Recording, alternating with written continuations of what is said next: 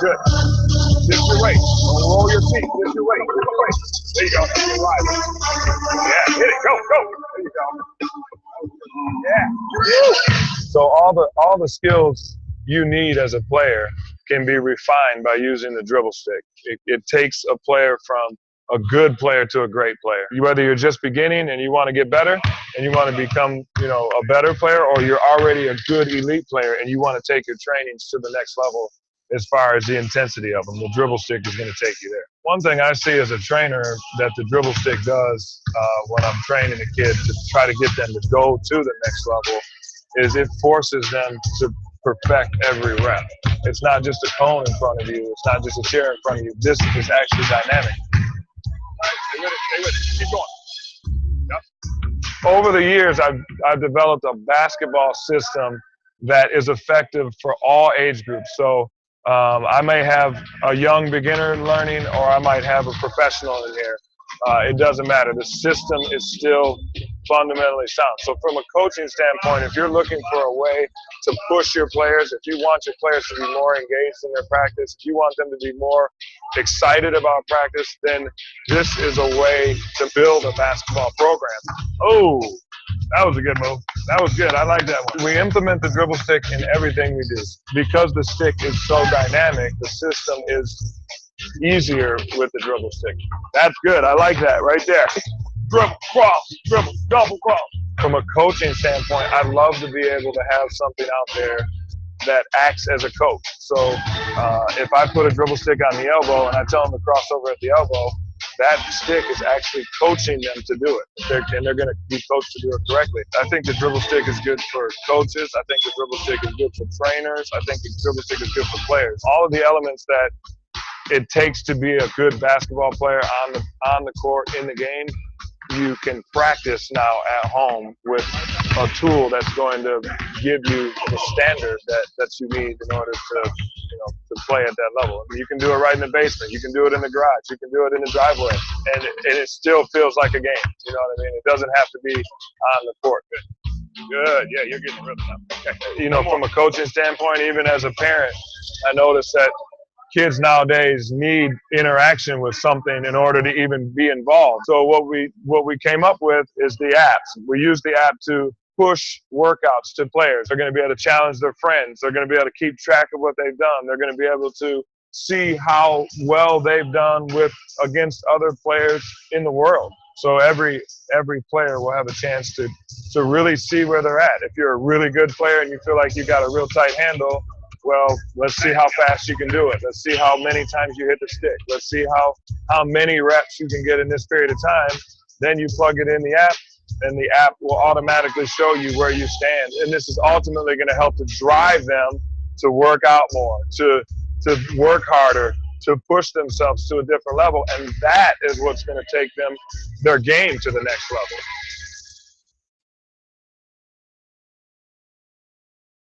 Hey, gang. Hey, welcome back. Welcome back to the interview series. Welcome back to a time that we get to spend with you guys for the next hour, where we get to put together a bunch of different speakers, a bunch of different individuals to help you. So if you're brand new, this is the first time that you've ever been part of our interview series, what we want to do for you is bring live people that if they could go back and talk to themselves somewhere at 8 years old or 13 years old or 18 years old, this is what they would tell themselves.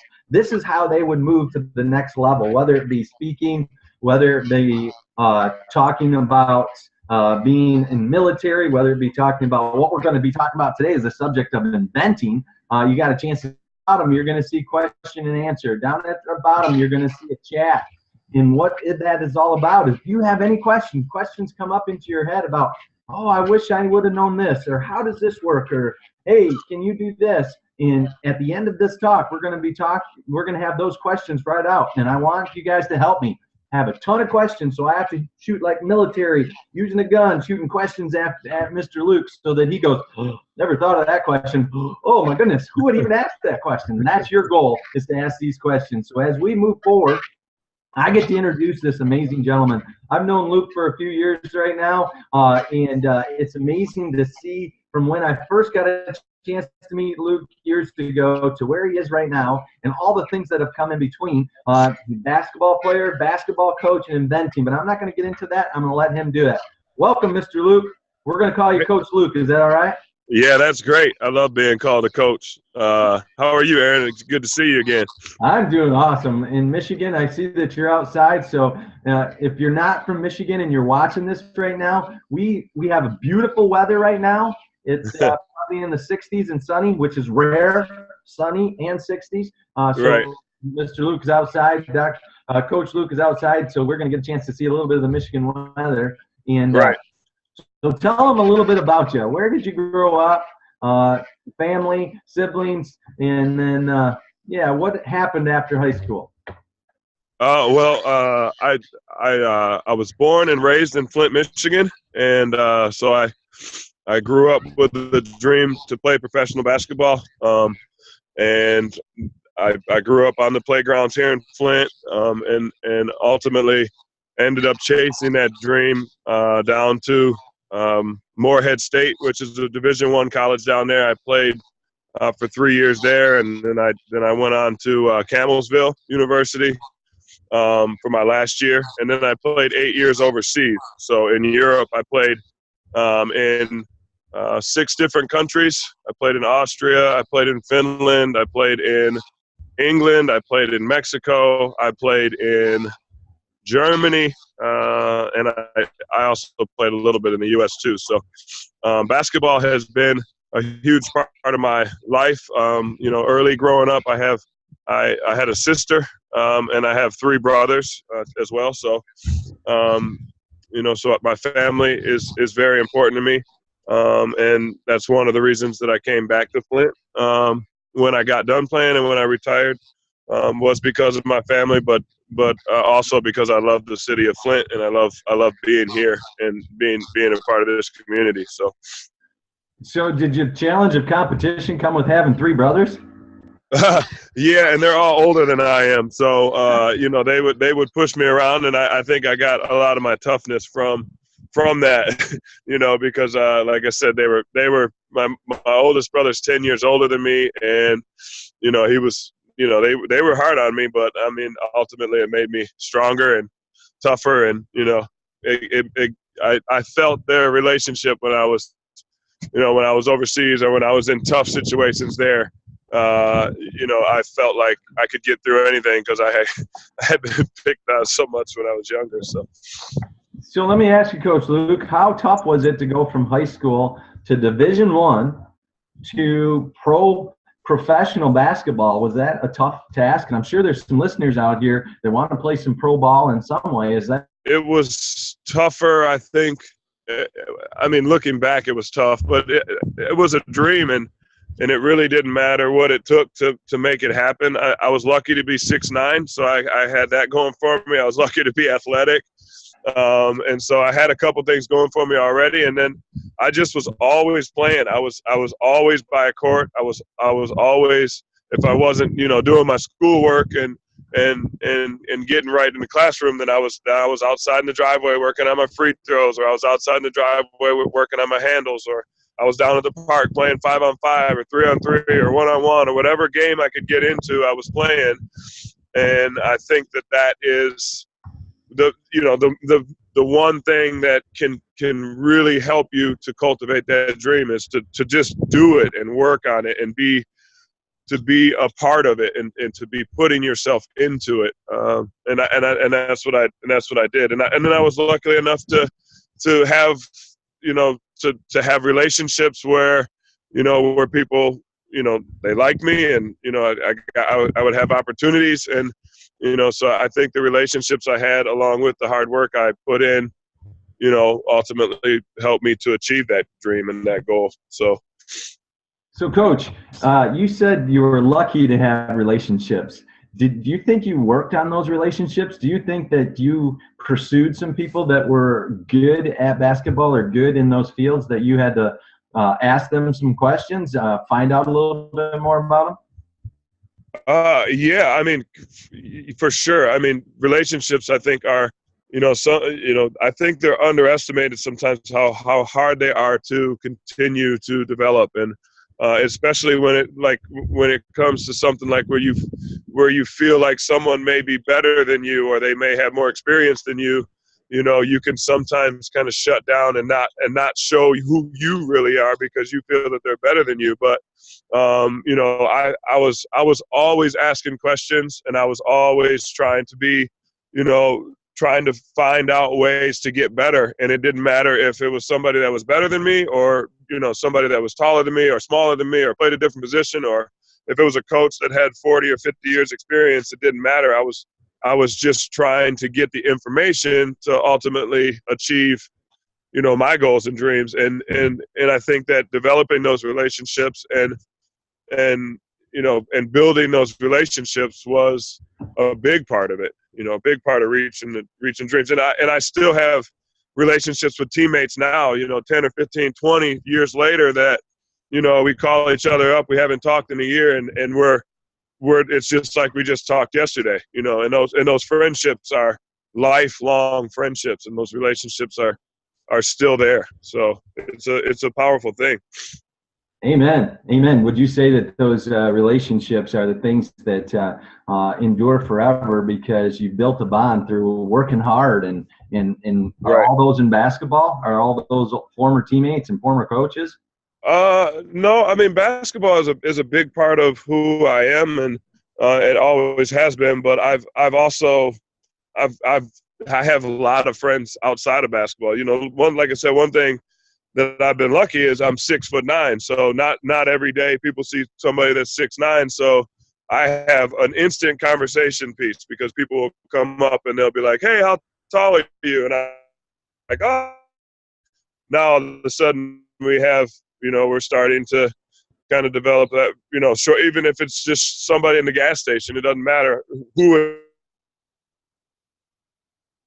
That has helped me, because people, you know, they don't, you know, I can't walk up to somebody and say, "Man, you're short," but somebody can walk up to somebody and say, "Man, you are tall. I mean, you are so tall. It's amazing," you know. So I've been blessed with that gift to be tall, and, you know, and so it's so a lot of my relationships are outside of basketball. Probably more outside of basketball than in, because each year, you know, you have 10 to 12 teammates, you know, and so you meet people every day. You meet, sometimes, depending on where you're at, you meet hundreds of people a day, you know. So I think most of my relationships are outside of basketball. So if you don't mind me, we're going to take a little tangent here. I know we're going to get into inventing. So if you're brand new out there, this is the Edge series. We want you guys to understand that there's some people out there like Coach Luke that we get the chance to interview right now that truly want to help individuals. They truly feel that God has blessed them with some talent, with some skill, with some wisdom, and they believe that if they can go back and talk to themselves, they would love to say these things. So if you're brand new to this, welcome to the Edge series. Welcome to the Edge series interviews. And what we really want you to do is we want you to grab a hold of some Edge CDs. And Coach Luke just said something very powerful. He said, if someone comes up to you and say, "Man, you're short," it's usually beating you down. It's trying to make you shorter. But if someone comes up to you and say, "Man, you're tall," it's usually someone that goes, "Holy cow, you're tall." Which can that because I'm sure there's some listeners out here that are maybe 13, 14, 15 years old, and they're a lot taller than their group because they just had the growth spurt. How did you keep yourself from saying, "Oh, another tall joke," or something? Tall. I bet my head cleans the ceiling really fast. Right. Yeah. Can you set up? Yeah. I mean, I've always kind of looked at it as, I mean, I don't want to take myself too serious, and, you know, I want to have fun in life, and I think people are fun, you know, and I think that, you know, I feel lucky that they had the guts to say something to me, and you know, then I get to know them a little bit, and I hear their story, and so, you know, that connection is built. But I've always tried to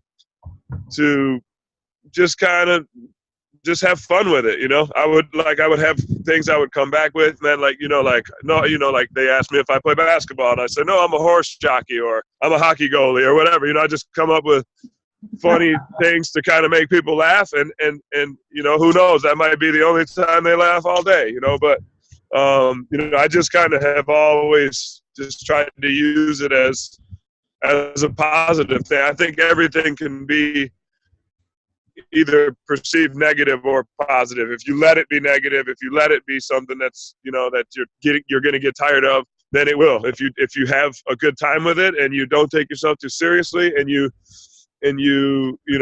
have fun with it, then the sky's the limit. That is awesome. No, I'm a horse jockey. I love that. Yeah, little tiny pony and Coach Luke on top of it. That's all. Yeah, right. My legs are dragging my legs are dragging on the ground and acting as brakes. That's awesome. And if you're out there listening to this, Coach Luke just told you some amazing stuff. We're not talking about making life all just jovial, all just funny, everything that happens. But sometimes people just don't understand where you are in life. And our whole goal is, and your whole goal is to just say, they just don't understand, but just make fun of it. And you'd be surprised that person that just said that starts to laugh with you, and you create a friendship from something that looked like it was going to beat you up or beat you down. And next thing you know, you have a true friend that comes in and becomes heartfelt just because you looked at it and said, I'm not going to take offense to this. I'm not going to say that they're a bully. I'm not going to be mean with them. I'm just going to say, yeah, so be it. Right. Yeah, right. And then laugh it off and try to think of something funny to say or smile or whatever. Kill them with kindness. It's a great approach for sure. Kill them with kindness. Man, that would be the word that we'll use throughout this whole interview. Kill them with kindness. Yeah. Oh, my God, that's so great. All right. So what we want to do right now, we're going to break for just a few minutes because we want to – our whole goal of this is we are going to set you up. We want every month, every 3 weeks, there's a new one of these Edge interviews. And it's the whole goal is to bring you to the company called Life, is to understand that they have an Edge series. It's an audio that comes out once a month. So not just having this that's here every 3 weeks, but you get an audio that you can listen to it over and over and over, and multiple ones that are out there that you can grab a hold of and really get a chance to be around. And that's our whole goal, is to do this. So we're going to show you a quick commercial of some of our interviews, and then we're going to get right back in and we're going to shift gears. So we're going to start talking about inventing. How does a basketball player that's 6'9" become an inventor? He becomes the Edison. He becomes the Einstein. And we're going to go through that. So here's commercial.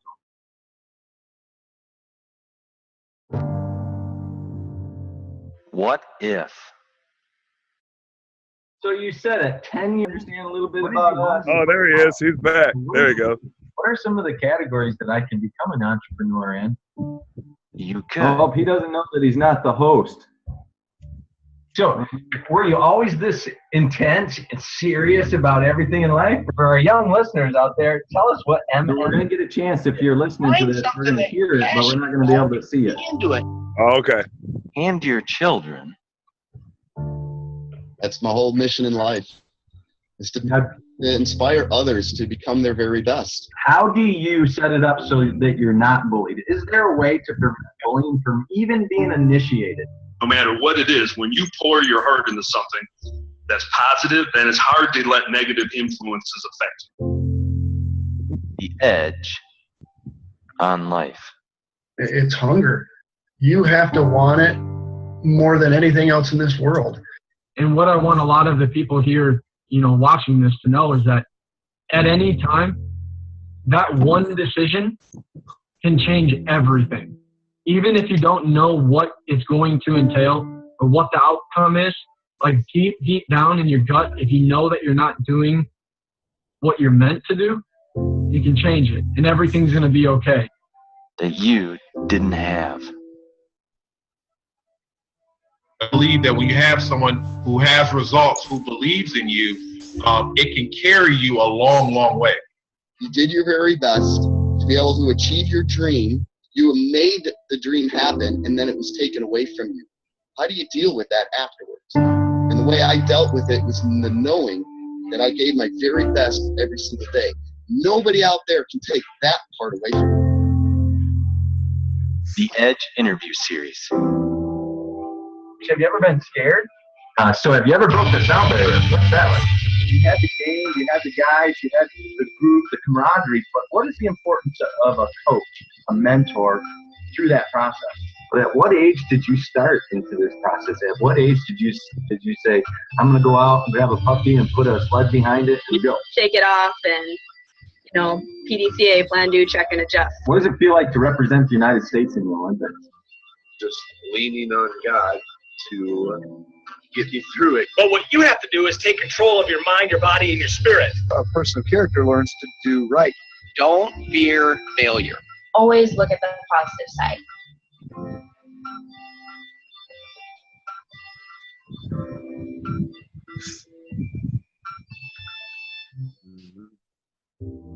And I think that's one of the things that young people at times don't get. Whether you're kids, whether you're teenagers, even young adults, is that your life is a series of decisions.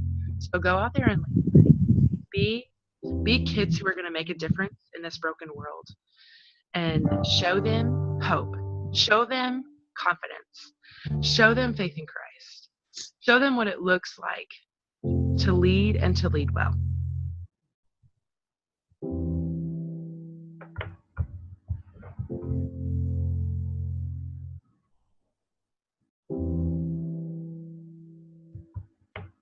Well, there you have it, guys. That's our goal, is to bring individuals. We had a little bit of technical difficulty right off the bat with that commercial, but that's why we're here. Our goal is to bring you straight in front of people just like we have interviewing right now. We want you to feel like this is your interview. I know I'm here speaking, and you get a chance to see my beautiful face, maybe, but you get a chance to type in any question. So as we were just talking before we put in that commercial, we were talking to Coach Luke. Luke Lloyd is from the Flint area, played basketball in Flint, moved on to Division I college, moved on to pro basketball out in Europe for over 8 years, comes back, now he's a coach. But here's the key of today. Today we get to talk about inventing. He didn't stop at just being a basketball player. He didn't stop at just being a coach. He thought that there was something else out there, so he moved. So what happened, Coach Luke, what happened between that you decided I'm going to shift into inventing? Tell us a little bit about that. Well, I've always kind of had like an engineer mindset, I guess. I was always trying to make things better or more efficient. But when I got done playing, I didn't want to work in a factory, and I didn't want to do something that I wasn't passionate about. And, I didn't want to be too far away from the game of basketball. So I started training. I started training kids in their driveway, just kind of teaching them how to play. Built my way up to where I was training 10 to 12, 15, 20 kids in their driveways just after school. And then worked my way up to a point where I could work in a facility where I would where I trained kids there. And then I started classes, and at one point I was training 250 or so kids a week. So as a trainer, I needed something more than just a cone or a chair. So I found myself constantly getting down on one knee and telling the kids to stay low and putting my arm out, kind of getting them to try to stay low. And finally, I just went to Home Depot, and I was like, you know what? I got this thing. It was in my mind for probably, 6 months to a year before I actually went to Home Depot and put it to work. But I built 10 prototypes, and I took them around, and I started to build the proof of concept, and it was working, and kids were liking it, and so it was in me being an inventor was kind of an accident. I didn't set out to be an inventor. I just wanted to try to make things more efficient. Like there would be some days I'd have 15 or 20 kids in 1 hour session. And so I needed something that was going to hold them accountable, when I was maybe working with another kid, or, when I was helping another kid do something, I wanted to make sure that they were still getting the most out of their time. So, I just kind of put my mind to work, and it wasn't just me either. It was a lot of people, and it was a lot of help, and when it comes to inventing anything, I think you have to get help. If not, then it's going to be narrow, and it's not going to work as well as if you have other people's input, you know. So tell us, we got a chance to see the video right at the beginning of your invention, and you said some really good stuff. Hold people accountable, duplicate yourself, because you said at one point you were helping 250 kids a week. Yeah. I mean, I had a facility over on Hill Road, and it was a great location, and we were sometimes almost up to 300. You know, our classes were packed. I had 3 or 4 or 5 trainers working with me. And we built a real strong program. So, yeah, it was a lot of fun. I mean, and like I said, the location was good. And now my time, I don't have the time I mean, training was my life at that point. I mean, I was at the gym from 3 to 9 every day. I was there Saturday morning, Saturday night, Sunday evening. I was there all the time whenever somebody wanted to get in, and you know, and so, you know, it was just a little different time for me than now. Now I'm in school and trying to finish up, you know, a degree, and I'm coaching at Saginaw Valley. And I'm still trying to build the dribble stick too. You know, I still have to help to push the dribble stick. And you know, like we've developed the phone app now. And so I have to build the content for the phone app, and it's just, it never stops. And that's the beautiful thing about it, is when you're passionate about it, it doesn't matter. The work doesn't matter, because you love what you're doing, you know?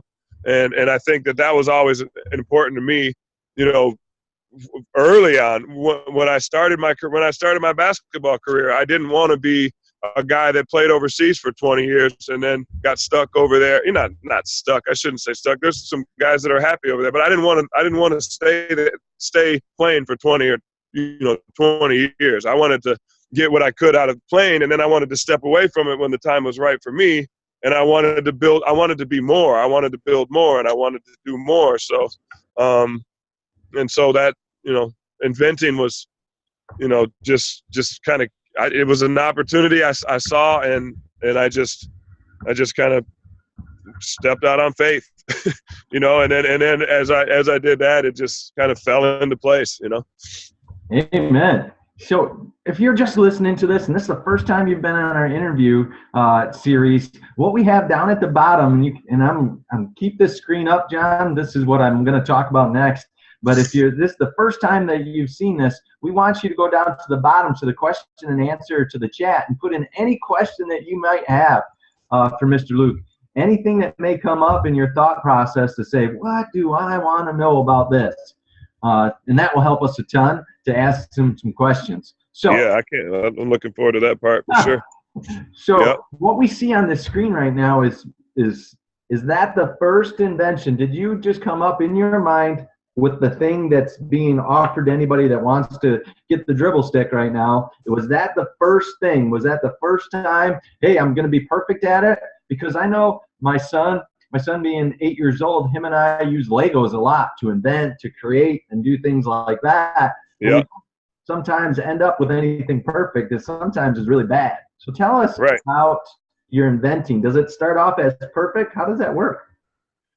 No, it definitely doesn't start out perfect. I mean, a couple of those prototypes, those 2 bigger ones in the middle, I think I used twice, and they were the most expensive prototypes we had. I mean, and so, you know, it's just kind of like failing your way to success. You know, it's like, you know, you try something, it doesn't work, you take what you can out of it, and then you put it into the next version, and you just continue to do that until you finally get something that you know is in a box and it's sold around the world. You know, and it's been an 8-year process.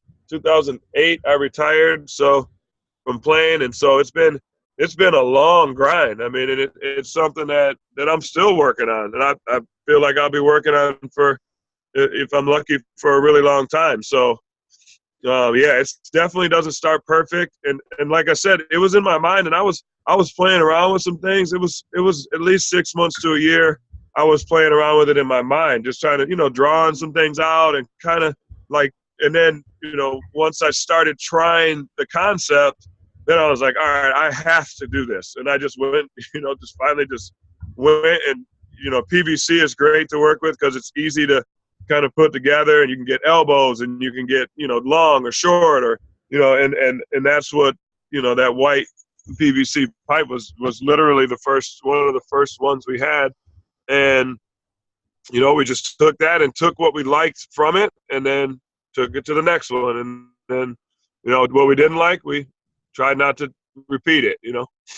So an 8-year process from just the thought process of, hey, this would be a cool idea, to now getting it all over the world, that people can buy the dribble stick all over the world, and there's people using it all over the world. 8 years?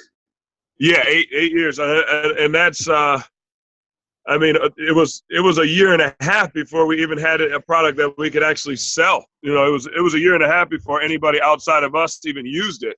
And then once we got to a product that we felt like we could get into a box, and then we had to have a label, and then we had to have a website, and we had to have a logo, and you had to have, you know, it just keeps coming, you know. And then you had to have a patent, and you had to start the patent process, and you have to, you know, you just had to keep grinding your way through things, and especially when it comes to inventing, when you're inventing something, nobody else cares about it the way you do, and nobody else sees it the way you do. And I was lucky that, you know, I did have something that worked, and I had something that sold itself. Like, I would set it down in the gym, a kid would start to use it, and they would immediately see the benefits. Now, you know, I didn't really have a whole lot of like haters or people would say that, oh, that's not going to work. But I was basically changing the way people train. You know, people have been training with cones and chairs on the court for 40 or 50 years. And now I'm trying to say, no, wait, there's more. We need to have more out there for these, you know, for kids to use. And so now I'm bringing this new concept to an age-old game. And so that was what I was up against. And, you know, I would go into gyms, and people some wouldn't know who I was, but they wouldn't even know what I had. I had 30 of them, and I'd come into a camp, and, you know, all right, guys, here we go. You're going to get on a dribble stick, and I'm going to tell you what to do. And no one had ever seen anything like it, you know. So it was a process that, you know, I had to have the confidence to, and my confidence wasn't always great. There was times I was super nervous. There was times I was like, what am I doing here? There was times throughout the process where, you know, where I felt like, is this even worth it? You know, is this even worth? I mean, like I said, it took almost a year and a half before we had something we could sell, and then I was selling them basically out of my trunk, driving around the country, putting all this, you know, all of my money and all of my time into it, and it was a good 2 years, and I'm still, after we had the product ready to sell, and I'm still out here running around. So, you know, then people start to question, is it worth it? What are you doing? Like, you're putting your whole life into this thing, and it's not growing as fast as you think it should, or as fast as you want it to. And, you know, and that's, I think, another lesson that I learned in the process is that if the dream is big enough, the facts don't matter. Like, you have to keep going, and you have to do what you believe in, and you can't quit. You can't give up on it.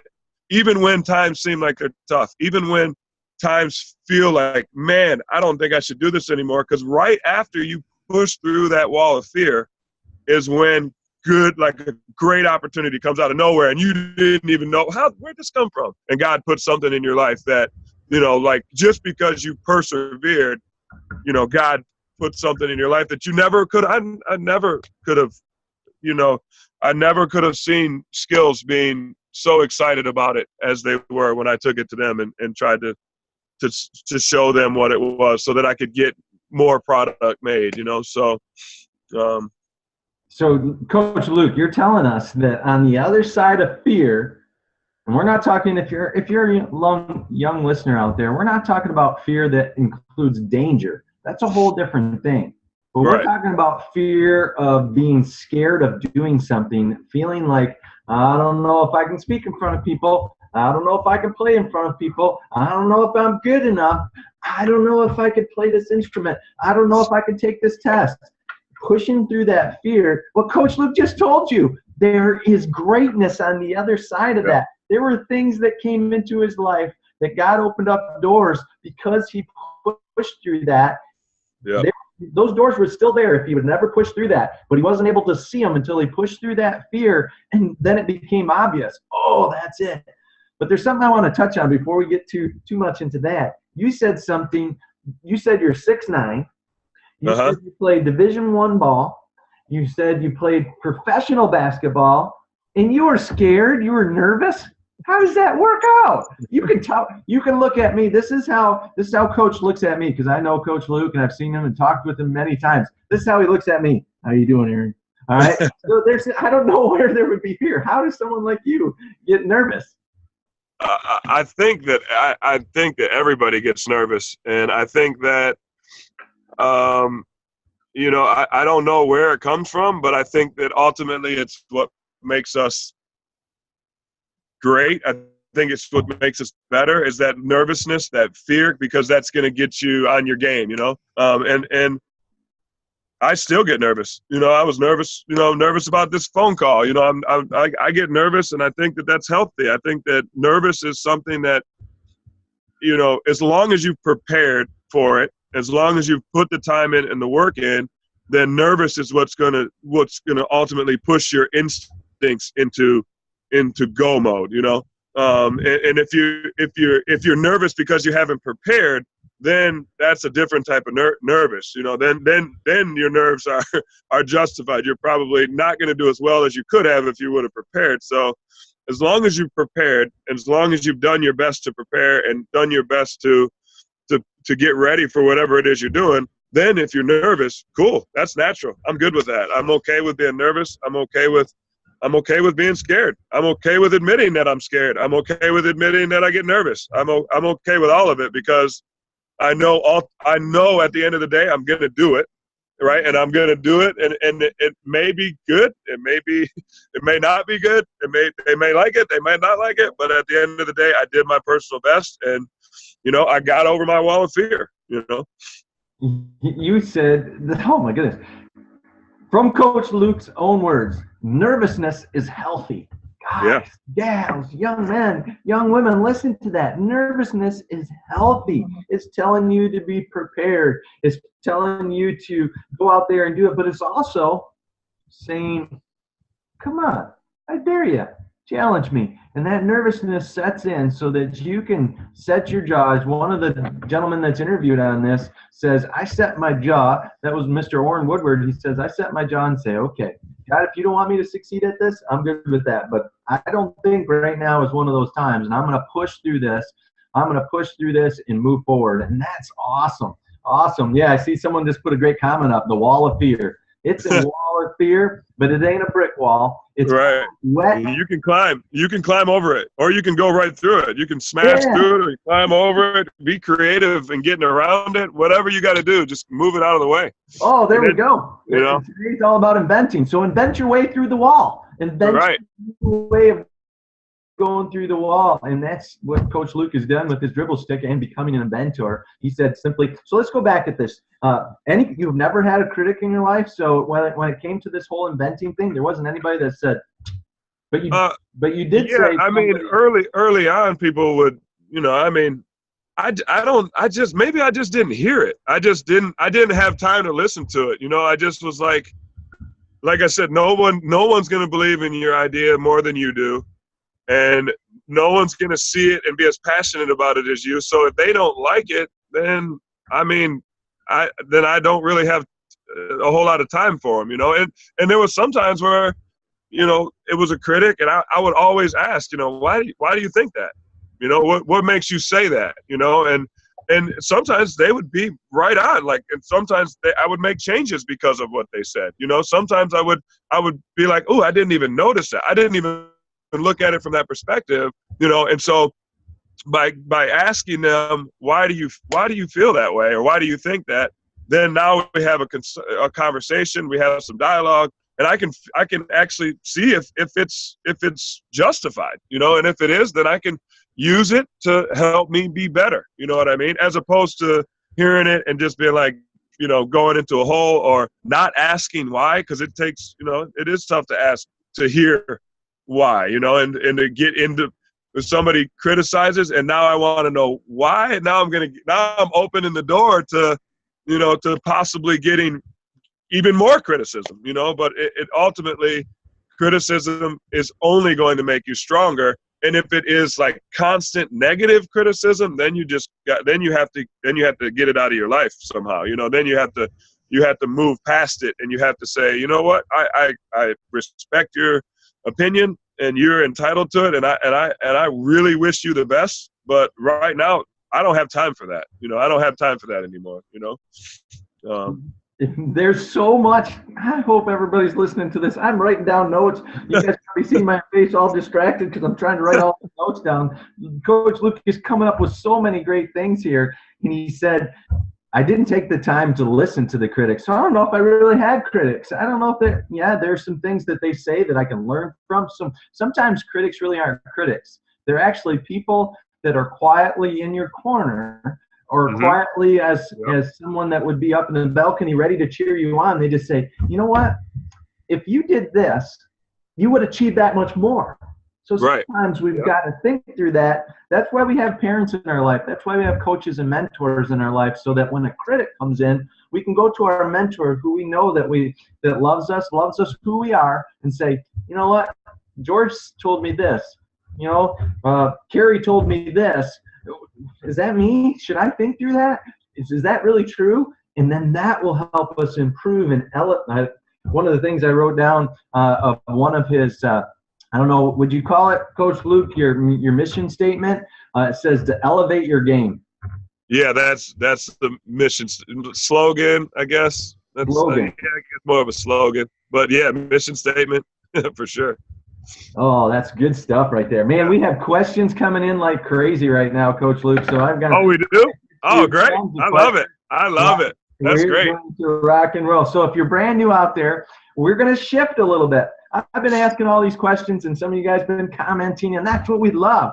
Our whole goal is to take someone like Coach Luke that you may never get a chance to be around or even see. Now you do. Now he's right in front of you. This is live. This is, as you noticed, well, sometimes our sound gets all messed up. Sometimes our videos get all messed up, and sometimes we get all messed up because it's live and it's real. And that's what we want to do for you guys, is bring you to real people like Coach Luke and multiple other people, because it's real that you move forward in life and you have an edge up on life, that you have something that we wish we would have had when we were your age. We wish we could go back and hit. I would say I punched myself a few times, but let's not go there. If I could tell myself, don't hurt yourself. Don't hurt yourself. Exactly. Don't hurt myself. Be easy on yourself. We want you guys to win. So down at the bottom, you'll see a question and answer and a chat, a Q&A and chat. If you have any questions, bring them up. But I've got a ton of them, so we're gonna shift, and I'm gonna go through and machine gun Coach Luke here with a whole bunch of questions that have come up from his past, what he's doing right now, and where we can move forward. You ready? Yeah, I'm ready. I'm ready. Let's do it. So one of the individuals asked, is playing basketball when you were a teenager, did that keep you out of trouble growing up? I mean, Flint's not the easiest place to grow up. Yeah, that was definitely what kept me out of trouble. It helped me helped me stay steady in school too, because if I didn't get good enough grades in school, then I couldn't play. But yeah, that was one way for all of us. I feel like the parks were like our safe haven from the negatives that may be going around in the community. And it was a place where I could go, and I really couldn't get in any trouble out there. I could go and play, and we could have fun. And sometimes it was tough, and sometimes you get knocked down, but you got up to play another play. And I think that sports in general does that for people. Sports, I mean, any interest, if it's music, if it's playing an instrument, if it's they keep you out of trouble, but they also give you, I mean, that creative outlet is extremely important, because if you don't have that, then you find ways to get in trouble almost. You have to be creatively, you have to have those creative outlets, I think, in order to ultimately keep yourself out of trouble, for sure. Right on. So one of the questions, I think you already may have answered it. How long did you play in Europe? I played 8 years total. So I played in 6 different countries. And so, yeah, it was a good career. probably could have played a couple more years, but I could kind of feel my body. I just didn't like the way I felt after games anymore, and it just became, I could kind of feel my career kind of plateauing, and so I was like, I'd rather stop now when I have control of it, as opposed to continuing to play and holding on to a dream that that I should have let go, and I feel like I let go of it at the right time, and so. One of the young individuals, and he may know you, I don't know this, he asked a specific question about your playing. He said, have you ever hurt anything? He actually said broke your ankle in a game. Have you ever hurt yourself in a basketball game and you still came back? Yeah, I mean, I've twisted my ankle really bad a few times. I broke my wrist when I was like 12 or 13. But I've never had any broken bones, knock on wood, and I've never had any injuries. Other than my low back, that was kind of a nagging injury I had pretty much most of my career. But other than that, I really didn't have. I did play through some injuries, especially ankles, because trying to be tough and trying to be there for my teammates. If I could walk, I would play, and. Now when I wake up and take those first few steps in the morning, I feel those times when I probably should have rested on the ankle. but like I said, you only live once, and I was like, I'm playing. I don't care if the doctor clears me, I'm playing. I don't care how big my ankle is. I'll worry about the pain later. So what we're telling you guys, sometimes you play through, and sometimes it's good to get some advice from some medical staff when it comes to and you have to be able to listen to the doctors. And when they told, like, I did tear my calf once, and that was a pain. I could have probably played. I don't know. It was bad, but the doctor was like, you can't play. You need to not even walk. You need to just rest. And I had, you have to listen to the doctors. They know best, and you have to put your trust in them. And if they say you can't play, then you sit out, and you can still be a good teammate from the bench. You can still be a good teammate with your street clothes on. You can still be a voice that can be heard. You can still be, the same. You can still have an impact on a game, even though you're not in the game if you're hurt, so being hurt's okay sometimes. We're going to shift here. There's a whole bunch of questions now on the inventing side. One of the things you said out there, and I think some of the young listeners may not understand this, what is a patent and how do you get one? Well, a patent is a way to protect your intellectual property, and it's pretty difficult to get. You can do it's called a poor man's patent. That's what I started with. I drew some pictures and just sketched some pictures out of what and put some thoughts on the concept, and then you take that and you put it in an envelope and you put a stamp on it, and then you put it in the mail addressed to yourself, and then don't open it, just leave it closed, and so that way it has the stamp of the U.S. government on there saying that it was dated on this date or whatever, and it will it'll protect you a little bit. But then you have provisional patents, which you go to the U.S. patent website and you can fill out a provisional patent, which is pretty intense, pretty long process. It costs about $125, and that pretty much starts the process. But then when you're ready to really get a patent, you need to get a lawyer, because you need them to walk you through the process. But the patent was a lot more difficult than I thought it would be, and it's something that the word is kind of thrown around kind of loosely. Like there's a lot of things that can't be patent. Ours was really tough to get a patent on, but we did end up getting it. But it is tough to get. So one of the things that I would suggest. Go ahead, Coach Luke. No, go ahead. I'm listening. One of the things I would suggest to you young listeners, if you have a thought process of this is something new, use your local library. Go in there and ask them, do you have any books on patents? What does that mean? Because what he said is intellectual property, and what that simply means is that it's your idea and nobody else can have it, That's the intellectual side. It's yours. It's your idea, and we want you to reserve that for the future, for wherever it may go, that you're the one that created it. Because there's some people out there. There's some people that are worse than critics. There's some people out there that want to take things, steal things from you, and we want to prevent that. And that's why Coach Luke had to go through all that different process. First, I love it, the poor man's patent. You send yourself. The reason that you were sending that letter to yourself, it had a date on it by the U.S. government, and that said that those ideas were concrete at that time. So if anybody comes in after that, they can't say that, oh, we had it before him. Nope, you have a government date on it. But it doesn't necessarily secure anything. Then you go through the patent process, which can be expensive and deal with legal things. But that doesn't mean that it's not worth it. As you can tell from today, it was worth it to go through that whole process, because his dribble stick goes all over the world because of one idea that he knew that he could change thinking and help not only players, but help coaches, help parents, help individuals just like you to go out there and do that. So one of the other questions, and we're getting pretty close to the end of today, is have you ever been a critic of yourself? Yeah, I'm probably my biggest critic, to be honest. I mean, I'm always challenging myself to be better.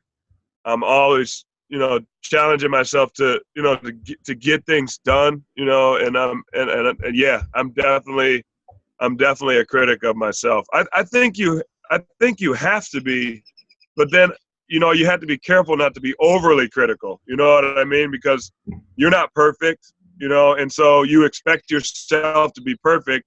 So, there is a fine line of being a critic, challenging yourself to be the best you can be, but at the same time giving yourself it's letting yourself know that it's okay to not be perfect. Like, I failed thousands of times through this process, and I will fail thousands more. But that doesn't mean that I'm a failure. That doesn't mean. And so if I get overcritical of myself, I could consider myself to be a failure, and so I think that you can be a critic. And I was going to say this earlier, but when we were talking about critics, and I feel like you have to be able to take criticism and constructive criticism. And I think sometimes that's hard for us to do. But I think that that's important, to be able to take criticism from your parents, from your coaches, from your friends. Like, it's okay for people to tell you when you're not doing something right, or when you could do something better. And you have to be willing to be strong enough to be able to say, you know what, they're right. I do need to change. I do need to fix, and I do need to fix myself, or whatever. Or you can say, well, they don't know what they're, maybe they're off. I don't know why they think that, but I need to watch what I'm doing, or whatever. So one of the things that I want to do is I want to correct the young individual that asked the question about breaking ankles.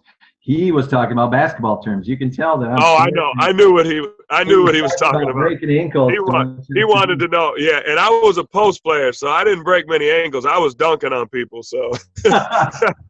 So the guards are usually the ones that break ankles. I figured that's what he was talking about. Yeah. Now, listeners out there, you got to understand the interviewer, which is me, may not understand what you're talking about. So I appreciate that, Mr. Bertles out there, that you corrected me so that I can help out and go to the next level with the basketball. Yeah, so we're going to end all this. Why don't you if you're out there listening to this, please, if you're brand new, invite a ton of people to the next one. We love having groups. We love having your youth group, your fellow teammates from whatever sport that you have, or just your buddies around, or just you. It does not matter the numbers. We want you to be in front. And our next interview is going to be April 30th at 4 o'clock. Same time. We'll send out all the information to you guys. At that 4 o'clock Eastern, you'll get a chance to get around someone just like Coach Luke that we got a chance to. I wrote down so many great notes. I hopefully that either you wrote them down or you go, wow, this is amazing. All right. The last screen that will come up after we ask this next question is our YouTube. Oh, it's up already. So, no, he took it off. So we'll see. It'll come back up and down. All right. Is what we want you guys to do is we have a YouTube channel. that has a lot of the highlights of all of our speakers, including some of the stuff that will come from this, that we'll put up there of Coach Luke's, some of the things that he said, some of the questions that he answered, because sometimes it's good to go back. So go onto our YouTube, subscribe to it. As the new highlights come up, you'll have automatically it'll come to you, and you can do that. So Coach Luke, so as we end this, number one, we so wholeheartedly appreciate that you could be on this. Man, this is awesome.